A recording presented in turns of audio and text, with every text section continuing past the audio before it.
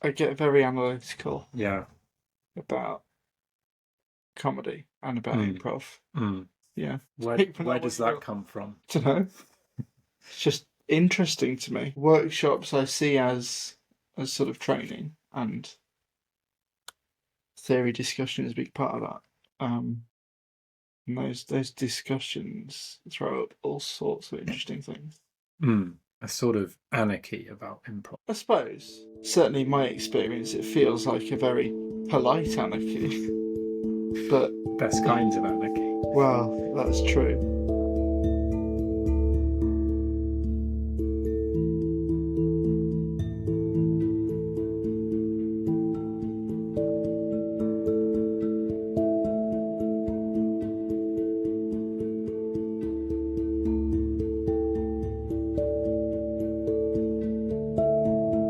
Ben. Hello. Hi.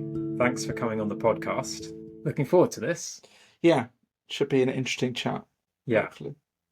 So I'd like to begin by asking you to fill in some gaps for me. What's your improv backstory? I thought you might ask this. So I started improv at university because I went to university shortly after the main bulk of the COVID lockdowns. I'd spent a lot of time indoors watching comedy, becoming very interested in comedy, and wanted to give it a go. And improv was the path of least resistance. There was a sketch group that was auditioned. There was a stand-up group that had gigs sort of every 3 to 4 weeks, and there was an improv group that was an open door every week. And it was very quickly, notably better than week one. And then sort of maybe 5 weeks in, was invited to their training workshops and started doing more advanced stuff, talking about comedic and improv theory, having lots of really interesting discussions, lots of thought-provoking exercises and things. And a week or two after that, then started performing, which at first went appallingly, but quickly got better. And then at the end of my first year, I was part of a cast of 6 performers and 2 performer directors who were we put together a show that we took to the Edinburgh Fringe Festival, and sort of went from there. So I did another year after that, and then went to Fringe again. I produced that show and devised the format, which was an interesting experience. And that cast was a really strong one, really nice mixed people, really sort of properly cemented my love for improv and quashed any doubts that I had about it.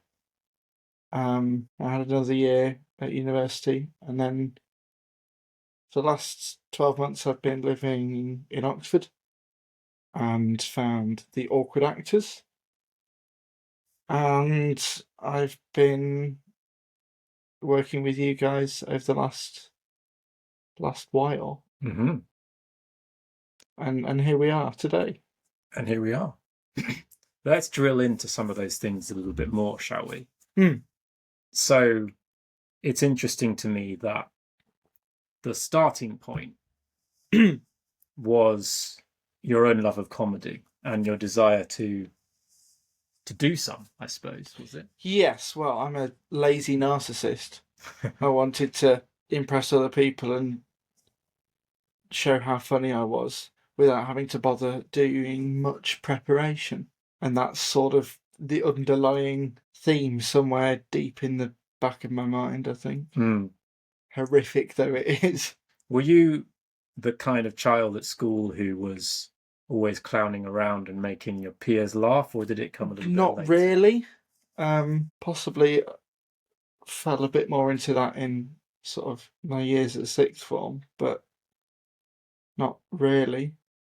I think with family and family friends and sort of grown-ups as they then were. Yeah. I felt that was an easy way to sort of get on with people that were outside of my sphere.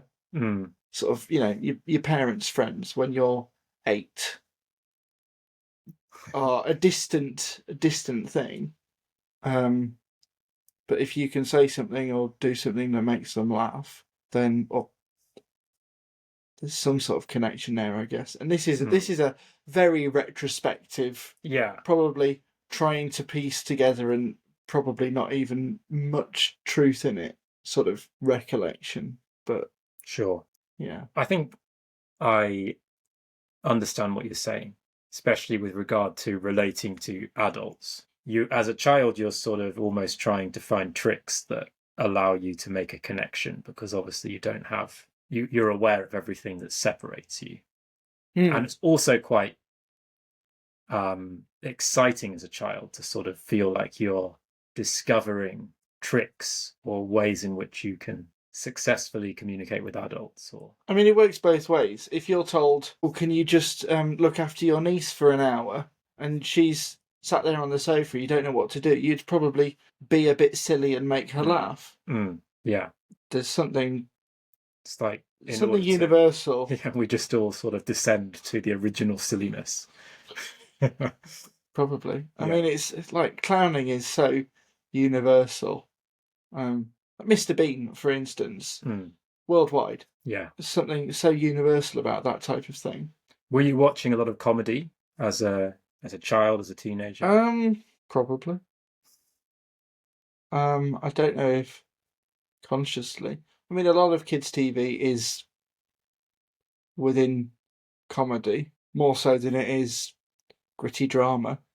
You're not going to get Scandi noir crime thriller for children. It's funny you should mention a Scandi noir crime drama. One of the things that I've been struck by is you have seemingly a very wide knowledge of lots of shows and cultural kind of reference points that aren't necessarily of your own generation. I was having this very conversation a couple of weeks ago with a good friend Amelia, who has been on the podcast previously. Yeah. Very good episode. Would recommend it. I think it's because I have listened to every episode of I'm Sorry I Haven't a Clue since the year 1990, and that is a horrific. That's a damning indictment on me. And here we are. I feel like I've picked up so many references from and sort of captured sort of the scapegoats of the time a little bit from probably about the turn of the century, despite not having been born at that point. It sounds a little bit almost like you've conducted a personal research project. Not knowingly. It's just that you enjoyed watching that stuff, and you watching a lot of stuff, and yeah. And it's the sort of thing where I'm awful for ending up on Wikipedia and just going down a rabbit hole and just pick up so many little things like that. I think the number of things that I've picked up from watching like The League of Gentlemen, and they have all sorts of little references in that. I think things like all sorts of so is that like sitcoms and following things. A chain almost, because they're all referencing each other? And... Well, everything is of its time and references the world around it, and so I guess watching any old sitcoms, films, TV shows, anything will slowly tell you about the world. Did improv increase that appetite, or was it just naturally there? It doesn't feel like any active or conscious appetite. Yeah. I guess practically for certain short form formats within improv, there is an advantage to being aware of different film genres if you're playing a scene that you have to switch into different film genres, or knowing about different historical periods if you're doing a show that could be set in any of a number of different historical periods. Yeah. Knowing the 50 most popular celebrities in case you are asked to play one of any celebrity that an audience member might name. Sure. And you have to take on that person in a scene. Well, it's advantage to sort of be aware of the world. But I don't think that's consciously a thing that I've gone and done any research for, with the exception of history. Because, as I mentioned, sort of put together a show that we took on tour, and that was historical in theme. So I had to do a bit of basic research, but you never need to know about more than two things more than the audience do. Yeah, I was just about to comment that in my experience thus far, it seems that some of the really great improvisers are almost masters of all of these. They seem to have great knowledge of so much, but maybe it's that. Maybe it's just they have enough. I don't think, so the game of genres, for instance, where you're doing a scene and the compere will say freeze and now continue in the style of, and they will have collected a list of a dozen genres that the audience have given them, and they will throw something at you.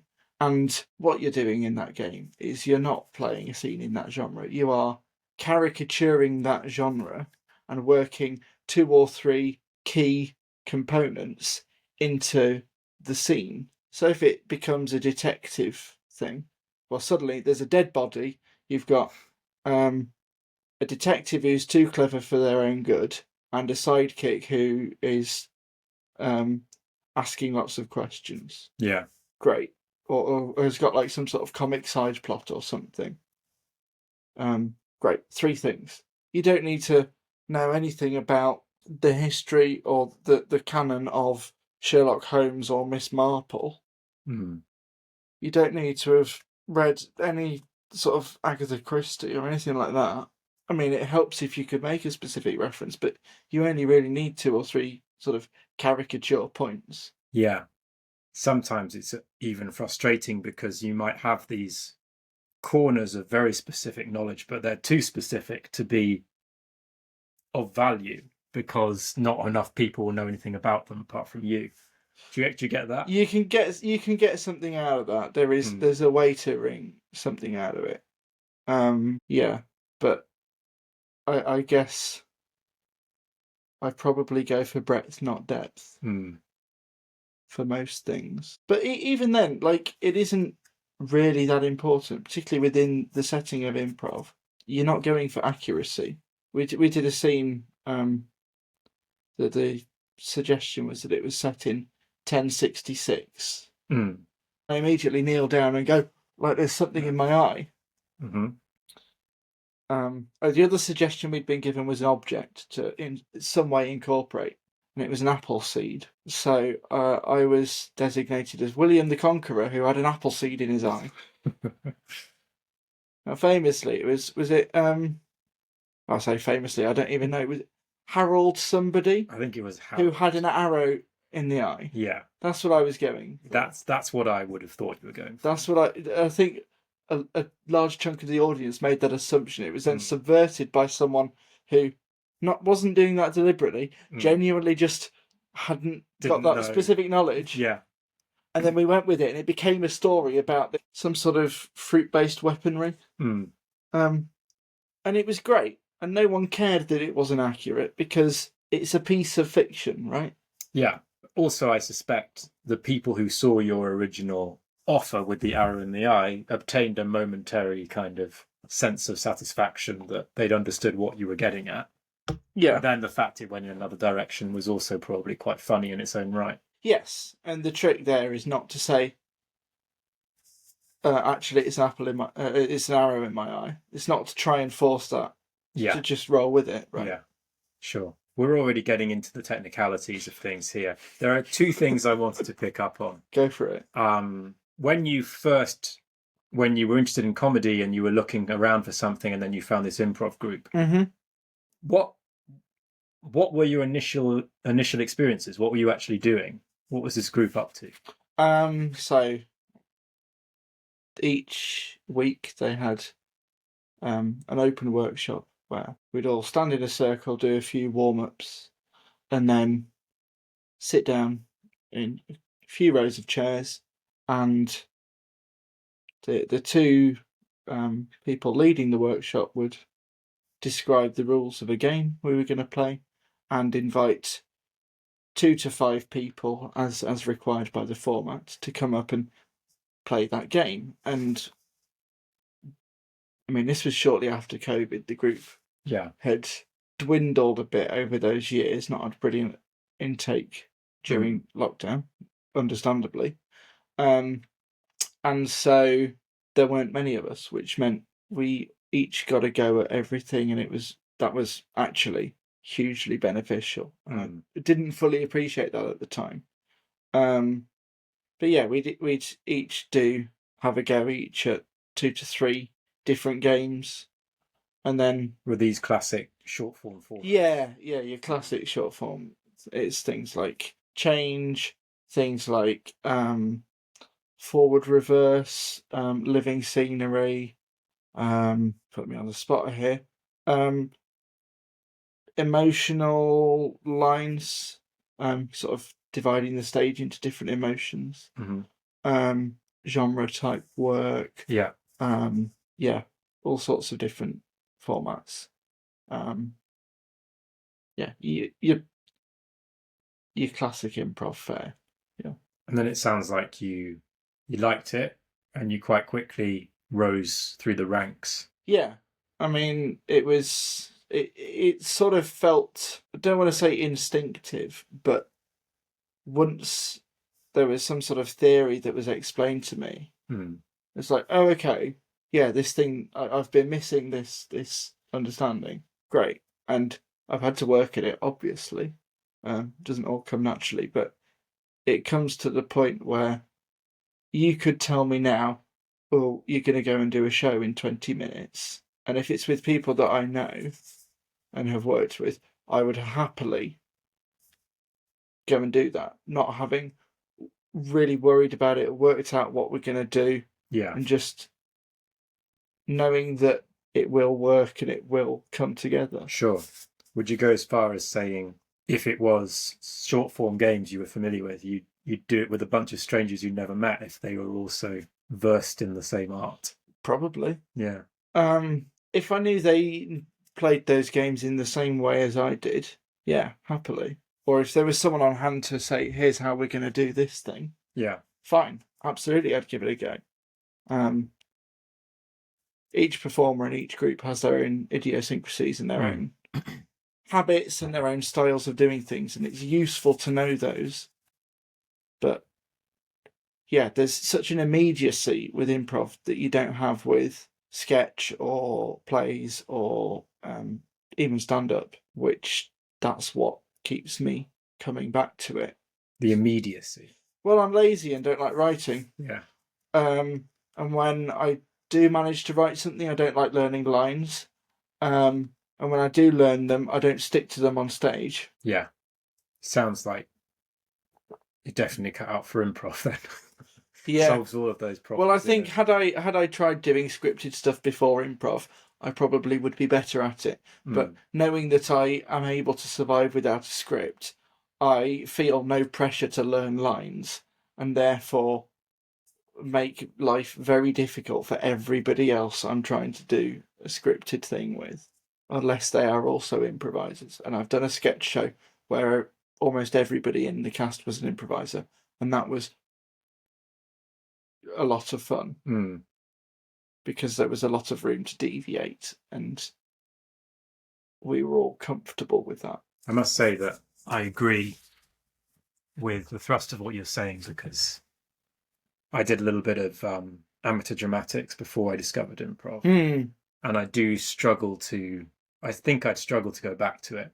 And also I just don't quite have the desire to go back to it because it just feels very different. I mean, the exception for me probably as panto, but that's its own beast. And that's because there is room for improv in that, and it is loose, and it's its own thing. But also with writing, like, I find it very hard to know whether or not something's funny on paper, and that's one of the things that keeps me away from writing. Much though I try and force myself to go back to it with some belief that it's good for me in some way.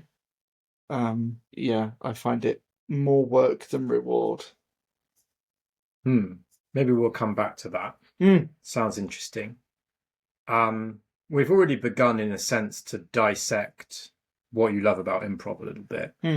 But I'm hoping we can delve into some specific aspects, which I guess, well, I've come up with these questions, but I'm hoping they might in some way be of interest to you, or perhaps reflect particular angles that you have thought about. What kind of improviser are you, Ben? I don't know. I mean, I do not feel... I feel like probably the least qualified person to answer that. I mean, what would you say to that question about me? Well, I have some ideas that spring to mind. I think one thing that comes to mind is you're exceptionally good at gags and puns. Yep. You seem to have the kind of mind that just quickly makes associations and finds things. I've listened to a lot of Radio 4. Yeah, I'll do it.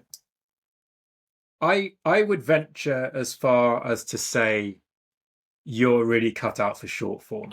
You seem in your element with creating very quickly caricatures, exaggerated characters. You're very good at emphasizing emotions in quite sort of blunt, generalized, but extremely funny ways. Do you know what I mean?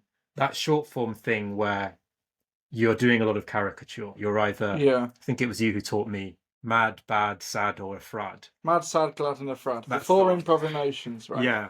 Every emotion is either mad, angry, sad, unhappy, glad, happy, or a frad, sad. Yeah. And some are combinations of two or more of those, but everything is in one of those. And if you're trying to create a character on the spot, choose one of those things to go with. This person is... we're in a forest. This person is sad. Right, they love the trees and the trees are being chopped down. Great, that's a person in a... That's what you need. Yeah. It's for me, that's a shortcut to a character who has opinions on what's happening and has emotions and can react to things and can be invested, and therefore a character in whom the audience can invest. Right. That I found that tip very helpful, very enlightening.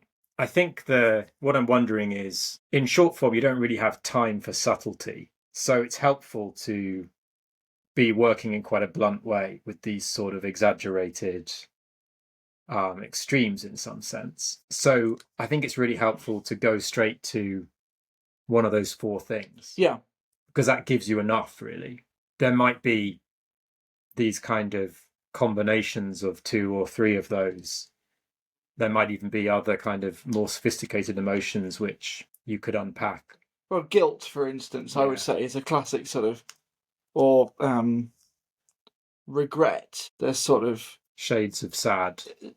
Sad with sort of maybe angry or maybe scared, or... There's nuance there. Yeah.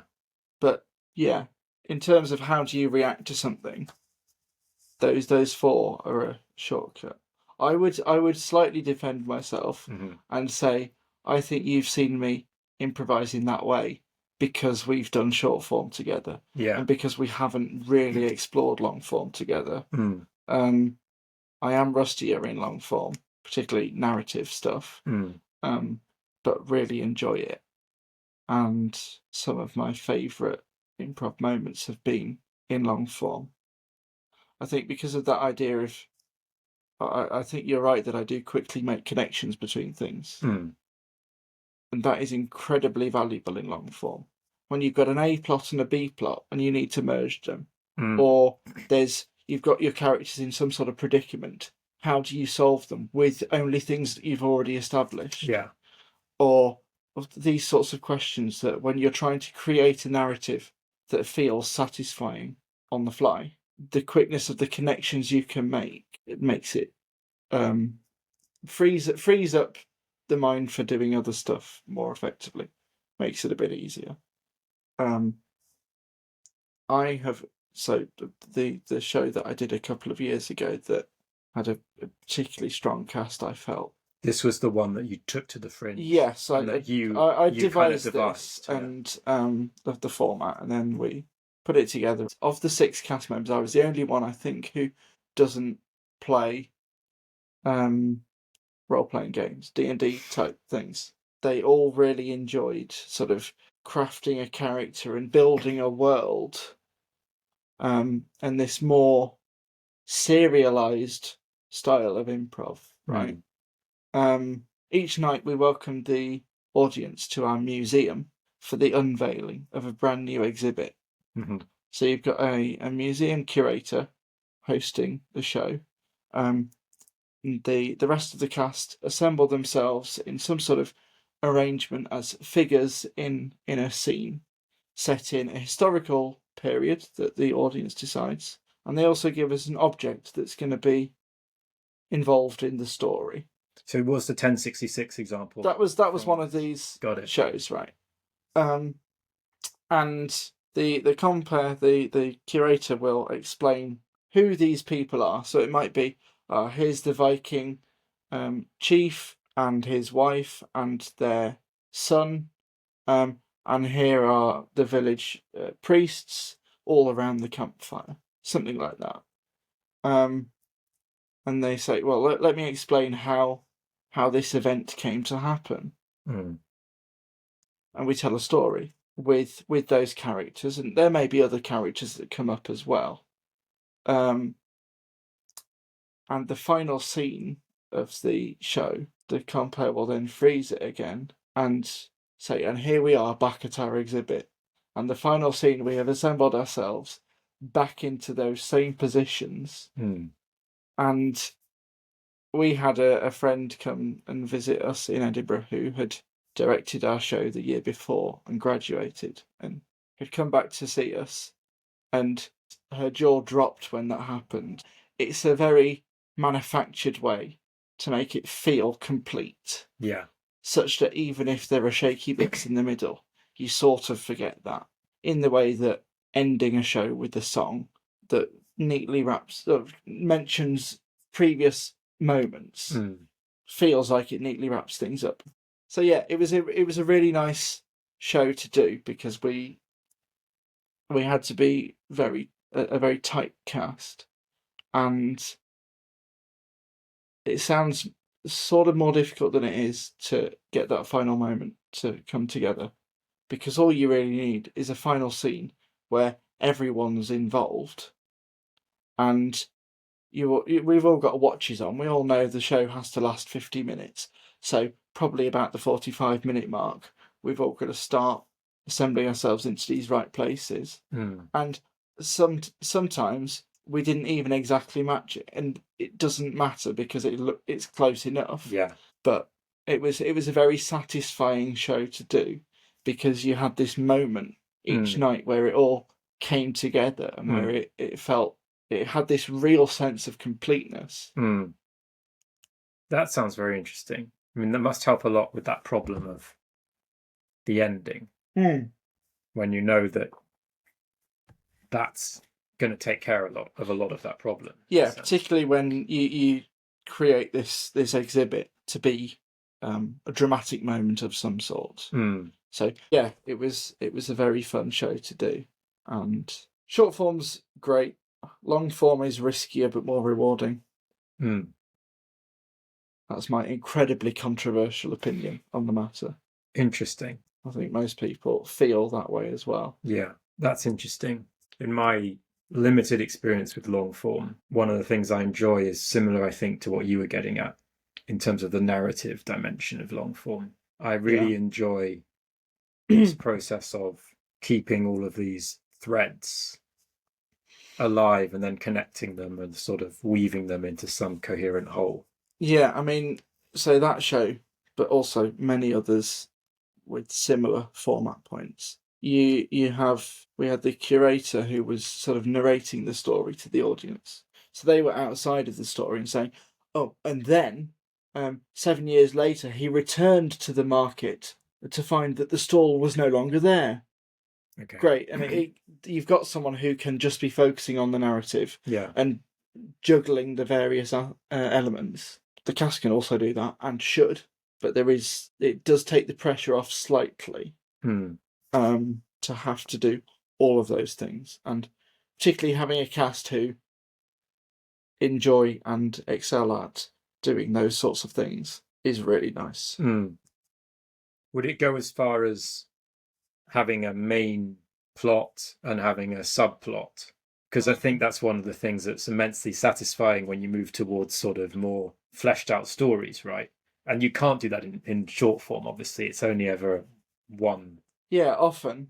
If it was something like you might see two separate armies, or like a castle and the attackers, and you see the preparations being made by the daily life of the castle, the preparations of the attacker, some early warning signs, and you see this thing, and they slowly come together to this climax.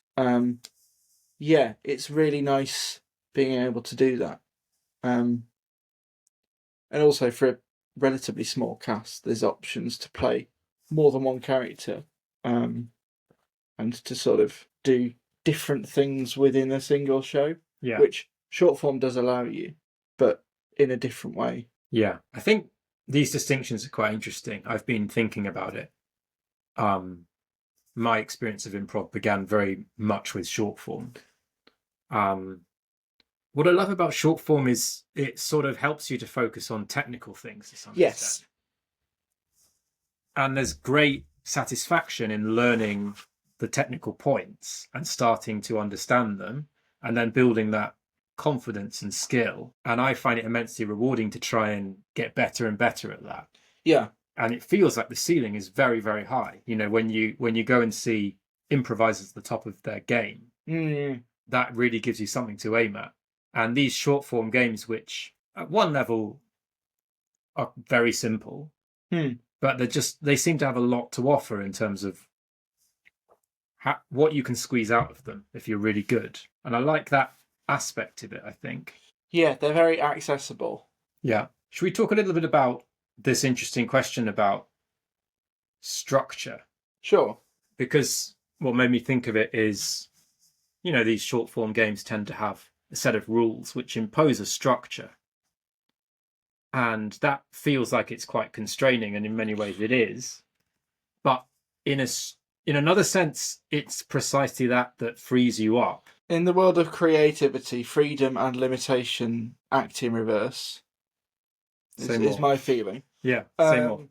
If you told me write a play, that's a massive thing to try and do. If you said write a 3-scene play about a science experiment gone wrong, suddenly that's so much easier. There's obviously a line beyond which it becomes too narrow. Becomes far too narrow.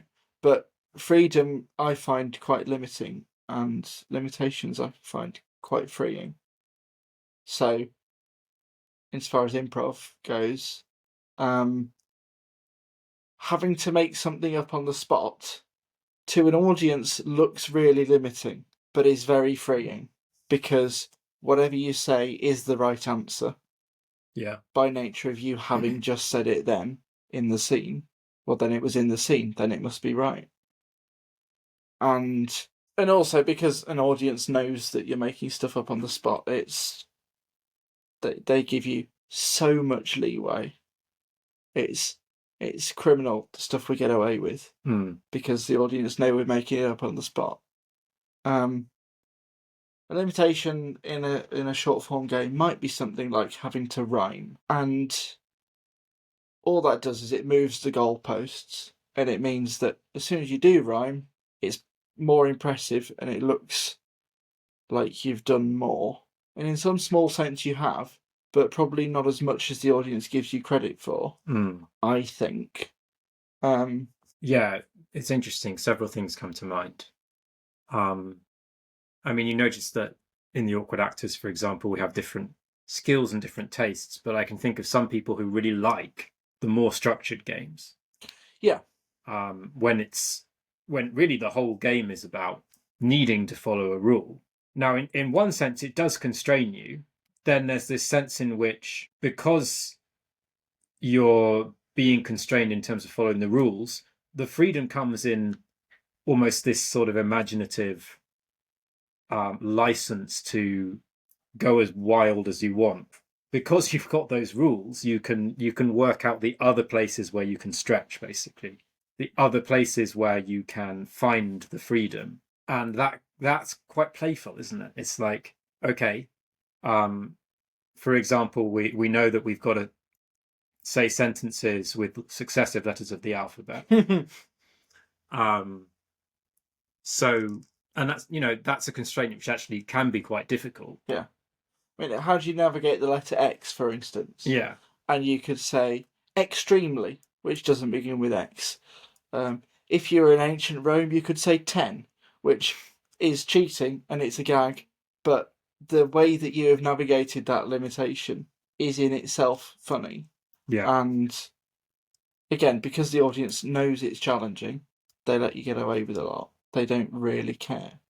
Mm-hmm. They want to have a good time, not check that you're following all the rules. Yeah. And I think also a lot of people, particularly people starting out in improv, find the games with rules not necessarily the more challenging among those, but the games that have rules are easier because they give you something to do. If you're thrown on stage and told, do a scene, what do? If you're told you do a scene and you can only ever say one word in every line you say, well, then you know exactly what you're going to do. Yeah. I think one of the things I like about it is it feels like there's a challenge there to really explore the space of that particular limitation and work out what's at the edge of it. It's like, if I go right to the kind of edges and the corners, what can I find in terms of creative, inventive ways of flourishing within this limitation? Stretch, don't snap. Have you heard that? It's one of the ideas of sort of, if you're working with other people in a scene, you want to throw challenging things at them, and you want to do it in a way that makes it difficult but not impossible. So I might declare, if you're about to enter as a character, I might say, "Oh, please be really forgiving of Tom.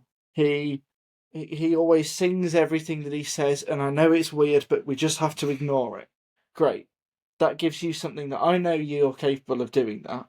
I know you'll find it slightly difficult, but that you will not mind it and you'll enjoy that challenge, and that it will stretch you but not snap you.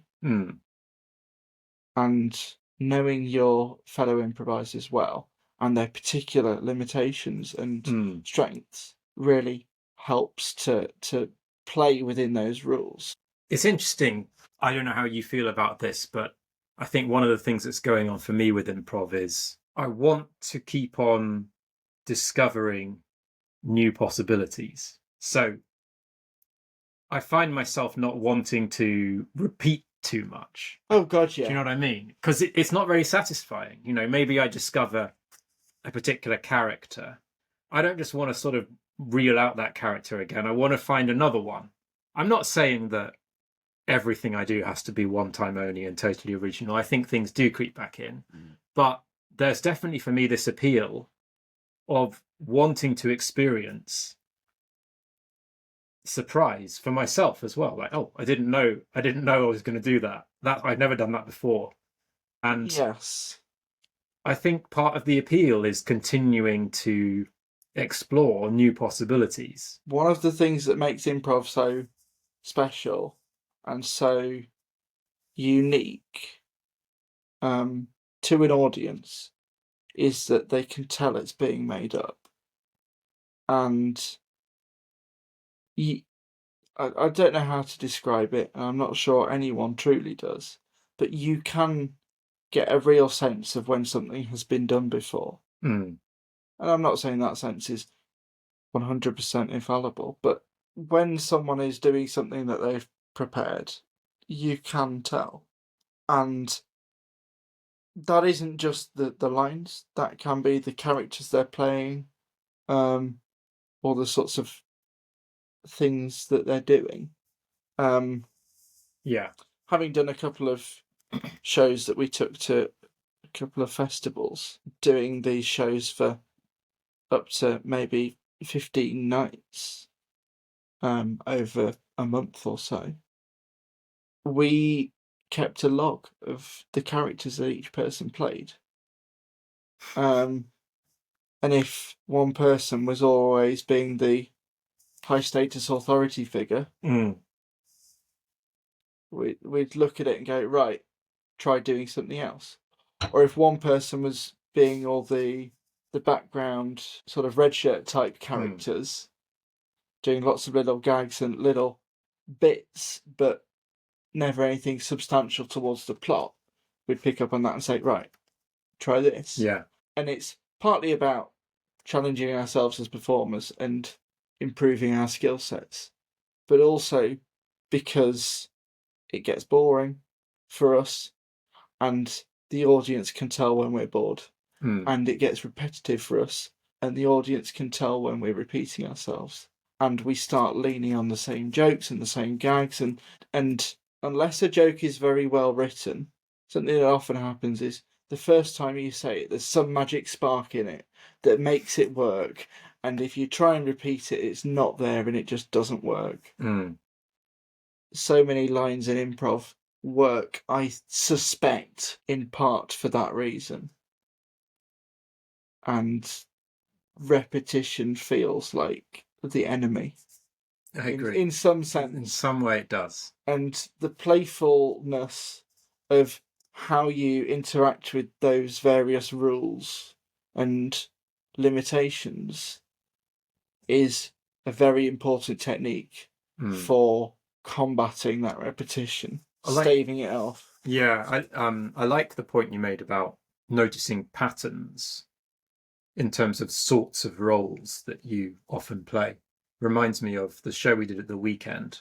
In the run up to that, Becca and I were preparing for a status swap scene, and we were considering swapping it for something else. I think partly because I felt a bit bored at having done that quite a lot. But what we realized is when we'd done it previously in both shows and workshops, we'd done it in the direction of me starting high status and Becca starting low status, and the switch going that way. So we thought, okay, let's switch it up. I'll start low status and Becca will start high. And we had a really good scene. Yeah. And I think partly it was being forced to approach it from that fresh angle, because as soon as I was coming in as a low status character, but challenging myself, how do I make a strong low status offer? How can I start this scene in a way that both demonstrates that I'm very low status, but also introduces something of interest? That was quite a good challenge for me, I think. And I enjoyed that scene a lot. And it was perhaps just as simple as mixing it up and noticing the tendency that in that particular scene, I find it much easier to just assume the sort of high status. Yeah. Let's talk about spontaneity and creativity. Yeah. I'll just open the floor to comments and then we can see where that leads us. Well, spontaneity is a great catalyst for creativity, isn't it? I think we can all relate to having a homework due in the next day and doing it much faster the night before than we would have done had we spent several afternoons on it the week before. There's something about the pressure of having to do something that it forces you to bypass whatever filters or sort of worries you might have. Yeah, that I need to think about that a bit. So as you were saying that, my immediate thought was, is that spontaneity or is that just high stakes and pressure? But then you made that point that perhaps there's something about that kind of highly pressurized situation that makes us adjust our kind of filters. There was something I heard recently which made me reconsider what spontaneity might actually mean. Was I think it may or may not have been Aardman, but it was stop motion animation, and the animator's saying what we do is spontaneous, but it happens very slowly, which I've still not quite made head nor tail of. But it made me really go, And I think probably there's a fair bit of truth in that. But in any case, improv definitely is quite spontaneous. Even if you're doing a long form sort of narrative thing and you're planning which characters might be on stage in 3 scenes time, or where we might be, you're trying to shape that arc. It's not spontaneous in the same sense as what's my character going to say next, but there is still a spontaneity to it. Well, I think partly what you're describing is about allowing yourself to follow your gut, your hunches, where you're taken. And, obviously there is something important about improv, about learning to let go of this sort of censoring approach where we're fearful of making a fool of ourselves or revealing too much about ourselves or perhaps saying the wrong thing. I don't think that goes away entirely, because there certainly are things you don't want to say or do in improv. But I found it personally helpful to allow myself to loosen up a bit in that regard. And I do feel that that's had a positive effect in other areas of my life. I've definitely noticed that that's one of the biggest takeaways from improv that has impacted my larger life. Yeah, I think so 2 thoughts on that. First of all, there's a reason that at the start of every improv show the improvisers tell the audience that it's improv, even if just through the title and marketing of the show. The audience knows that, and that primes them to be much more forgiving. Yeah. And so you don't need to worry as much because the audience isn't. And secondly, that there are no wrong moves in improv. Some just have a higher tax to pay. Right. There's a question of what do you do if you don't know what you're meant to do next in a scene. And the answer, in truth, is that you can do anything. Whatever you do, there is a way to justify it and make sense of it. If there's 2 lumberjacks in a forest and you walk in and say, "Hello, I'm a talking dolphin," there is that feels wrong, but there is a way to make that make sense. And it might be that it takes 10 minutes to get to that point, and you're very carefully making little moves towards that making sense. But there is a way to do it.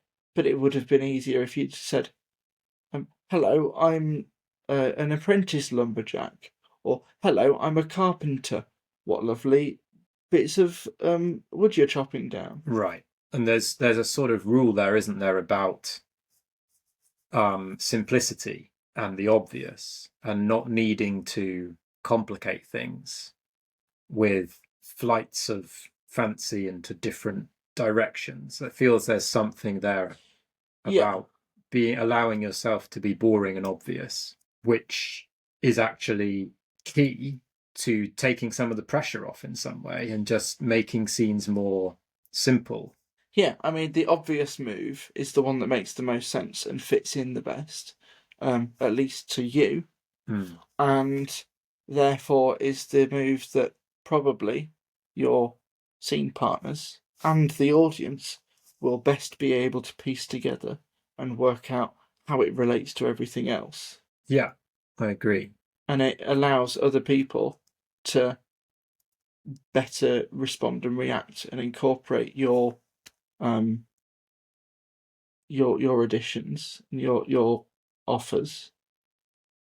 With spontaneity, obviously, it can be, as we've all experienced, that sort of freezing of what do I do? And the answer difficult and annoying though it might be, is always do the obvious thing. There's a connection, I think, with the last point about freedom and constraint here as well. Because I suppose that the paralysis is partly a sort of problem of there simply being too many possibilities in some sense, and you just can't latch on to what you might do. So again, a sort of narrowing, and one way you can narrow is to say, what's the obvious thing to do here? What's a boring, obvious thing I might do here? That's again a kind of narrowing and a constraining, which frees you up because you don't need to be overly inventive. I guess another way you can narrow things is, I think I talked about this when we did that deep dive onto freezing. You've frozen because you feel, in some sense, at a loss to respond to what's happening. So create a different problem, dig a different hole for yourself, which in a way is creating a new set of constraints. Yeah. And then within those new constraints, suddenly the freedom comes back because you've just been sort of told where you are. And I mean, there's then also the constraint of linking that to the previous problem or the previous situation in some way. But yeah, absolutely. And the other thing I would say, that one of the really useful things for dealing with that paralysis is, if you don't know how to act, react. So if your character that you're playing is mad, sad, glad, or afraid, then whatever has just been thrown at you, you can be mad about it, or you can be sad about it, or glad or afraid. You can. Your character has this worldview, and that is how they see everything. And granted, there can be nuance, sure, but react. So when you say react, a question that's coming to my mind basically is that fantastic technique of those 4 emotions feels like one strategy which is a really good way of responding to a situation in a scene you might find yourself in. You could come up with other ones. You can, in a sense, approach improv as finding collections of strategies which will help you in situations. How do you choose? How do you decide what strategy is right? What's going on in terms of pulling this together and actually deciding how to be? I mean, I would be hesitant to just describe it as a collection of strategies. I don't want to just turn it into a sort of one of those adventure books of, if you previously chose option A, turn to page 94. If you chose option B, I think particularly with that one of the emotions, it's in that freezing, you are that is the situation in which you are most likely to slip out of character and stop being Tom the lumberjack and to be Anthony, the panicked improviser. What that particular strategy is doing is saying, get more into character. Okay. Put yourself back into character, get back into the scene. So if I can rephrase my question. Yeah. When Ben is doing improv and something happens and then, you respond with your very fearful kind of reaction, what's going on for you in terms of how are you evaluating that this is an opportunity to use that particular approach, which is to respond in a strong emotional way? I suspect that's something I do more if I'm still trying to establish things, and if I'm panicking because I don't have a sense of what's happening or who I am in the scene, then I can discover more of that by responding, by being in that character, in that world. Yeah, I suppose that's probably when I would be most likely to do that, although in practice it may not be that. I don't know. I think one of the things I do most, although it's not always a good habit, is to break the fourth wall. If it's something like you've got to now, there's a game where someone is going to come back into the room and guess what your character is, and you've been given that you are Justin Bieber, for instance. That happened. This is something that happened to me in January, I think it was. It was at the jam, maybe. One of those jams. Yeah. And, okay, now I know probably about 3 things about Justin Bieber. I think I could name. I think I knew one of his songs, maybe. I knew that he was around in the noughties. He was particularly big then. He had sort of hair. And I thought he was American. He was Canadian, but whatever. And you can let the audience in on that. Particularly because they know you're making it all up on the spot, they are right there with you. And you can say, hello, I know lots of things about myself. I know 2 things, or whatever it might be. You can find a way to let the audience in on that and get a laugh out of that lack of knowledge. Mm. And then even if you declare something which isn't true and make it true, like the example of William the Conqueror with an apple pip in his eye, something that isn't true, but making it true and going with that, it does the accuracy doesn't matter. I think often there's freezing that happens when people try and be factually accurate to the real world. Yeah. Which you don't need to do. You only need to be factually accurate to the world that you've created. Right. If I've declared you to be my son, mm-hmm. and you then call me brother, either I'm a monk, I'm not a good one if you're my son, or there's something very dark going on there. That because we've not been accurate or consistent to the world that we've created. Mm-hmm. Whereas if you're my son, well, you're not in real life. That doesn't matter. No one cares. Yeah. Because it's true within the world that you're creating. Yeah. So what strikes me about what you're saying is these connections between spontaneity, creativity. It's partly about a playful approach because it's allowing yourself not to be overly concerned about what you do or don't know, whether you're getting things quite right. It's sort of throwing that out in some sense. It's saying, I've always got something. I've always got something I know or something I can guess. And even if it turns out to be nonsense, if I let the audience in on it and just go with it strongly, it'll be all right. So with that attitude, I can sort of be spontaneous and creative with whatever I've got to play with. And it will be fine. Yeah. So it's sort of those things start to come together and they take me in this direction away from the freezing, the panic, the oh no, what if, I don't know what I'm doing, all of that. So yeah, in that sense, it's almost like to be improvising freely is to be creative. One thing I'm quite interested in is I feel like almost at the level of my identity, improv helped me to reconnect with my own sense of being a creative person in a more general sense. So I'm talking less about while I'm doing an improv scene and the sort of creativity that's involved in making connections and coming up with ideas, but more in a wider sense, the enjoyment I get out of making things. And performing improv comedy is a part of that. It's, there's a very real sense of having this satisfaction of having sort of given something to an audience, made something, having been part of it.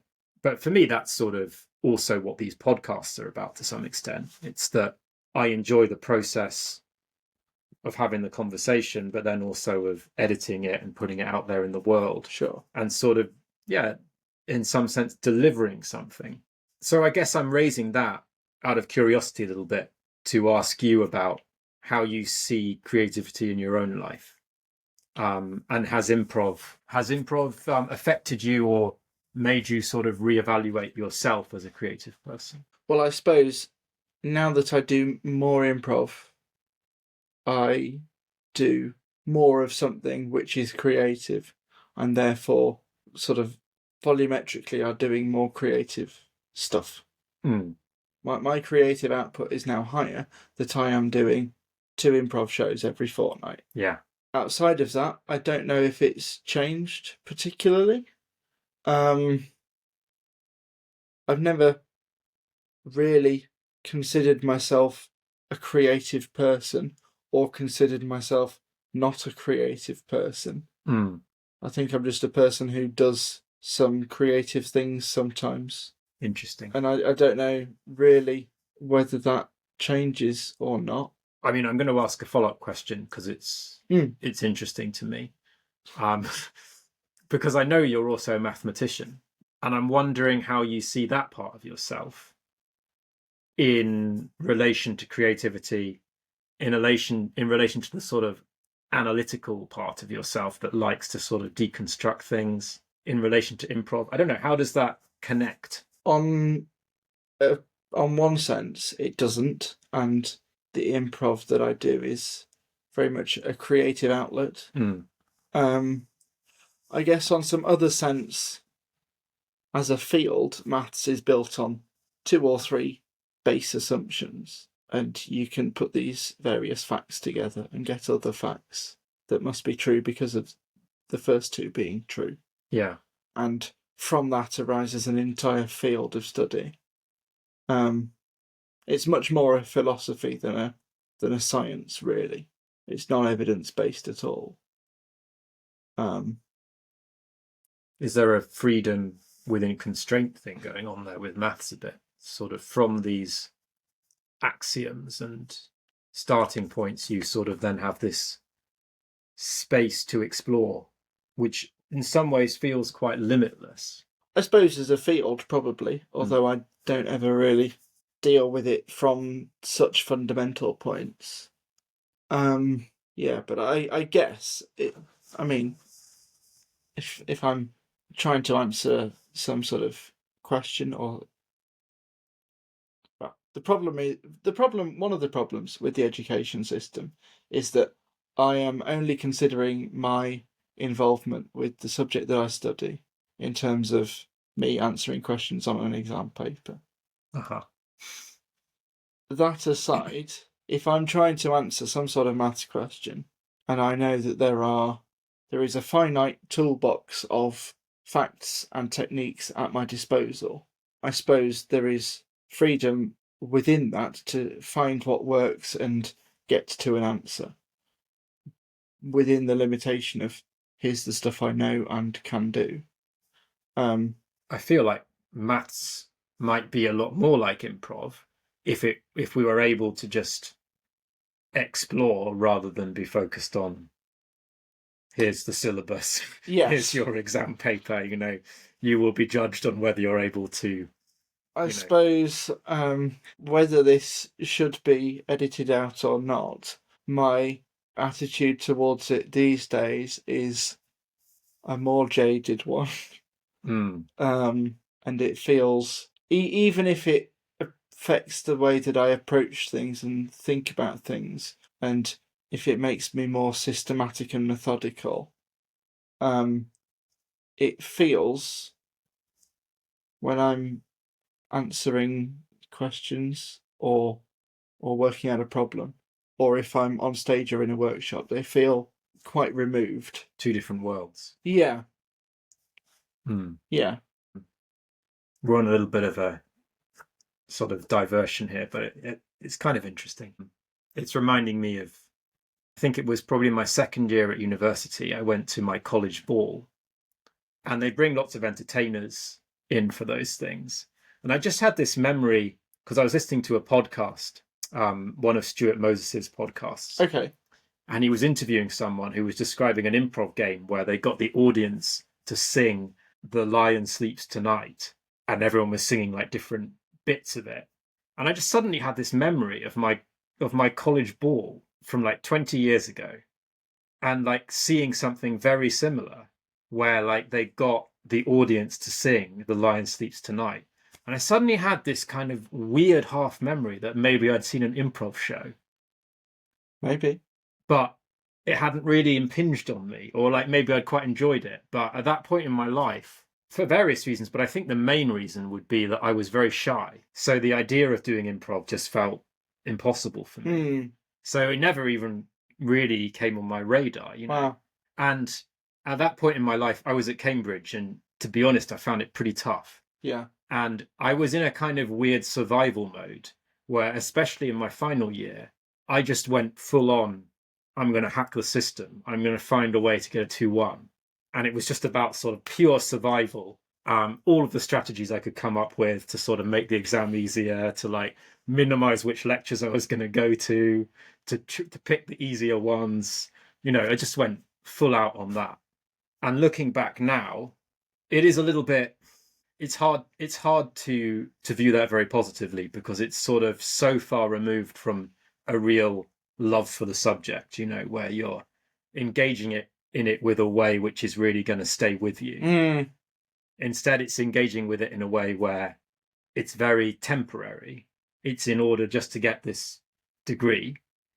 And then, you don't really sort of retain much of that. Yeah, it's only going into short-term memory rather than anything long-term and substantial. Yeah. So it's not a direct parallel to what you're talking about, but there's some similarities perhaps. I think probably a lot of people would relate to that. Yeah. And I'm glad that you found improv as something that you really enjoy and are good at, as a sort of, I guess, just as something quite different to counterbalance that sort of reality of academic of the study. thing that matters. Yeah. I think I remember going to see my parents took me and my brother when I must have been 11 or 12 to go and see Showstoppers. Really? And that, I think, is the first memory I have of an improv show. And it was pretty cool. And I didn't touch it for 7-8 years. It's interesting that you remember it though. So I remember that it happened. Yeah. I remember that it was a musical set on a caravan site called A Stairway to Haven. And that's, I think, all I remember of it. That's quite a lot to remember, though. Well, it's a joke. Yeah. Jokes are memorable. So we've touched on this, but are there other examples of how improv has influenced you or changed the way you go about other aspects of life? I think quite tangibly, if I'm in some sort of social setting where everything feels awkward and no one really wants to break the ice, I have learnt to be incredibly happy with taking the fall, taking a bullet, and being in some way silly or ridiculous, or doing something that to even if it just gets everyone talking and saying, "What a silly person," then everyone's talking. Great. I have noticed a couple of times when I've sort of found myself doing that in order to service a group dynamic, and having the confidence to do that and not care. And that comes from analysing why improv warm-ups are important, I think, and knowing that you have to warm up a crowd or a group of performers in the same way that you do a group of strangers who are about to embark on some sort of group project or some sort of event or whatever it might be. Yeah, that's interesting. So, I mean, in order to do that, you're both having to sort of read the room in some sense, and then you're also having to be the one who's willing to do something about it. The example would be sort of if you're put together with people to do some sort of group project, right? And you're all sat there awkwardly in silence, not really knowing what to say. Well, I would just say something. Just mention something strange or weird or slightly catch people off guard or something. Yeah. Not in any way that's going to make anyone uncomfortable, but in a way that will sort of bypass that filter of what do we talk about? Well, here's something to talk about. Yeah. And why not? It's a great way of sort of helping to put people at ease, I suppose. Yeah, in the same way that a compere or an MC at a stand-up night will warm up the crowd in the same way that either of us would if we were hosting an improv show. You settle people in. Yeah, I heard something interesting recently about energy. Yeah. In hosting improv, and I guess any sort of performance art. Where if a crowd or an audience is all really sat there bored and maybe they're at a really low energy level, or even if they're sort of slightly in the mood for whatever you're about to present, you want to warm them up, you want to increase their energy, but you can't do that too much. If they're at a 3 and you come in at a 10, they're going to be incredibly put off and they're not going to be receptive to it. You can only ever be, I can't remember who it was said this, you can only ever be about 2 levels above the audience. Yeah. If they're at a 3, you can't come in above a 5. Yeah. Or you'll be off-putting. Yeah. But when you're at a 5, they'll become a 4 and you can become 6 and you can warm them up in that way. Yeah. That's really interesting. So again, it suggests that perhaps the best improv hosts are quite good at sort of reading the temperature and being quite attuned to what's really going on, and then matching or like basically pitching things at the right level. It's listening to the offer you are given. Yeah. And responding accordingly. Yeah. Same as any other piece of improv. It's just that offer comes in a different way.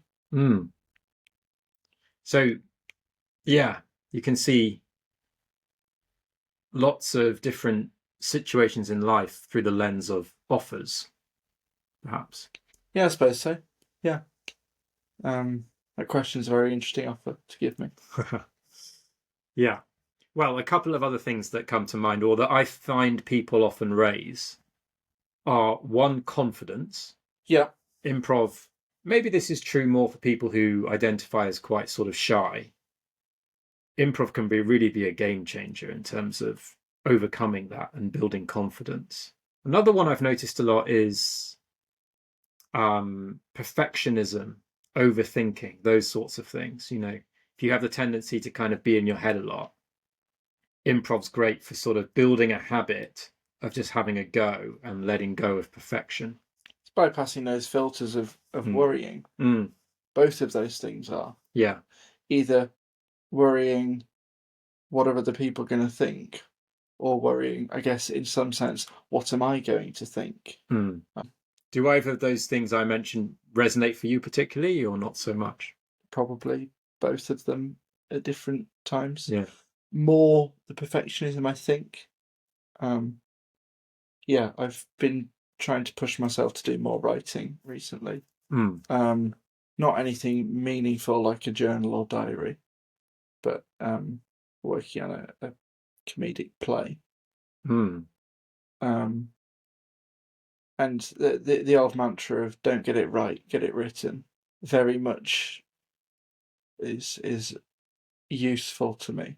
Every page I have to write draft number whatever it might be, because otherwise there's some pressure to put the right thing down.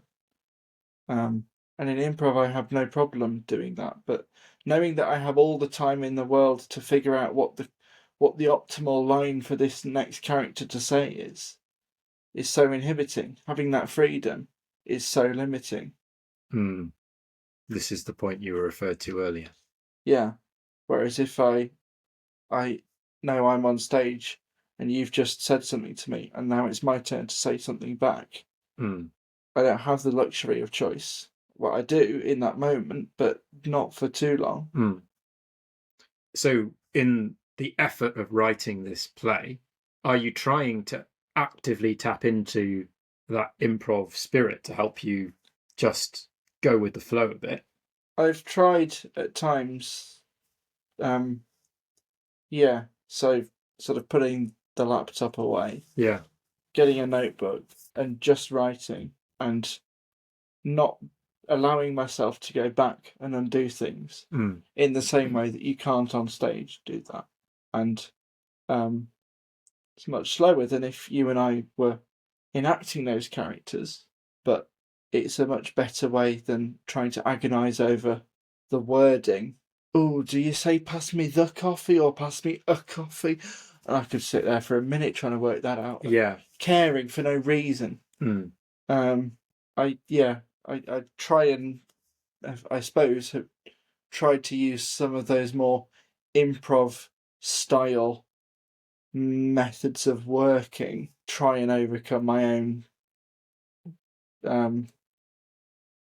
lack of writing ability, and it's, I suppose, worked so far as I've got rid of a blank page and I've filled up more pages quicker. As for the quality, I don't know, but the quantity is certainly there. So where are you up to in this process with the writing of this? Well, I sort of was trying to draft out what the plot would be. Yeah. And because of this, the idea of limitations being freeing, I decided almost arbitrarily that this would be a small cast play in a single location in a single span of time. And the whole thing would be sort of 50 minutes in length, fringe length. Mm-hmm. Partly practically because there's a student writing competition that I can then enter it to, and partly because then I could potentially take it to fringe style festivals, but also because it feels a more achievable length than let's write a 4-hour epic. Yeah. And how dare my ego want to do that? Yeah, so those limitations are there, and I have gone through several phases of trying to draft it and going, oh, I'll just start, and then realising that the plot won't make sense and won't work, and then needing to go back and redo that. So in some way that the improv sensibility of make a start, do something, and it will come together, hasn't been entirely fruitful. Although partly through my own limitations of trying to make it a farce and therefore having a hell of a lot of plot wrangling to do. Right. But that's an ongoing project. And what's the hope for how things might evolve? Do you have ideas in mind for a group perhaps in Durham who might take it to the Fringe or something? The hope is that I can get it written to prove to myself that I can, because I don't believe that I can. Okay. So it's very much a personal project for now. It's my ego battling against my self-doubt. My pessimism and knowledge that I am not good at seeing creative projects through versus my ego of, you ought to be able to do this, and wanting to be good enough to have written something. Excellent. Time shall tell. Well, I hope you'll send me a draft once it's finished. I hope I do too, if a draft ever materialises. Well, that's a deal of sorts. You're not the first to strike that deal with me. Right. I suspect you won't be the last to be disappointed by it. Don't worry, I'm not going to set any time frame. Just whenever it's ready, it's ready. Perhaps we might segue into a brief period of reflection. Yeah.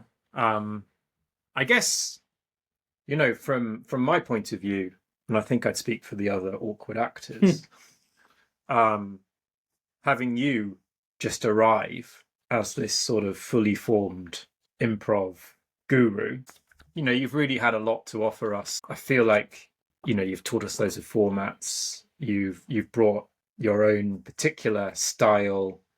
It's just been a pleasure. It's been great. Thank you.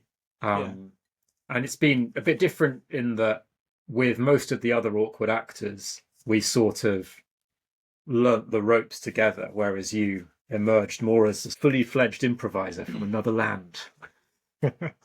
I'm really curious to hear some of your reflections on this year of joining the awkward actors, of the things we've done together, the musical improv we've started to explore. Yes. So, yeah, I moved to Oxford this time last year. Sought out some improv because I knew that I would not make a year without it. And have been very pleasantly surprised to have found the awkward actors. And and wanted to learn more about different styles of improv, because I think in the very, very much the same way, everyone that I've worked with in my university group has come up through that university group and has, if not learnt the ropes together at the same time, certainly learnt from each other, and it's sort of a closed system. Yeah. And I've had probably quite a similar experience to you in terms of having a whole load of new ideas and new theory and new thoughts and new inspiration given to me this year, which has been incredible and has been really lovely. Yeah. Excellent. So it's been mutually useful then. Yeah. Yeah. And the musical improv that you have mentioned, that's something that we've started doing only in the last couple of months, really. Yeah.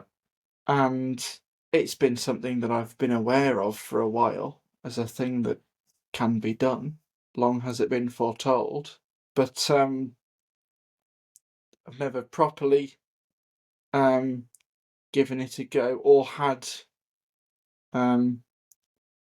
co-performers and musicians with whom to try it.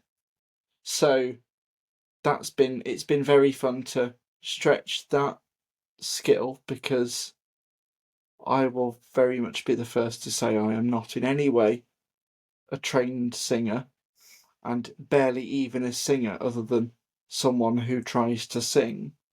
Well, it turns out that's more than adequate for musical improv. Yeah. Yeah. Yeah. And it's been very fun. Again, it's the idea of breaking the mould of the same few things we do, expanding the range, the repertoire, and finding new ways to experiment with the same core principles and new limitations with which to engage. The fact that we have to sing a song, the fact that the line that you say, then I have to rhyme with it, or whatever it might be. Yeah. The pace with which you have to do something, or the rhythm at which you have to sing a particular set of words, or whatever it might be. Yeah, it's not that different. It's the same ideas, it's the same core principles, but it's a really nice way of engaging with them afresh. Yeah, I agree. How have you found it?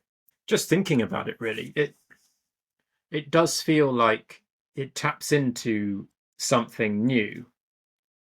It is the same underlying sorts of principles. But as someone who, I hesitate to call myself musical, I will call you musical, having seen you be musical. Yeah, I don't play anything, but my brother plays the viola very well, and there was a lot of music at home growing up, so I've always been comfortable picking up a tune, singing along to things. So it's quite natural to me to sing and to make up melodies. So it's extremely satisfying to then inject improv into that. And the feeling of simultaneously inventing a tune, inventing lyrics, perhaps at some level making them rhyme, plus then making them express a character. It feels like there's something very rich about that, just because it's pulling so many things together at once. So in our kind of early attempts, I found it, just great fun and very satisfying.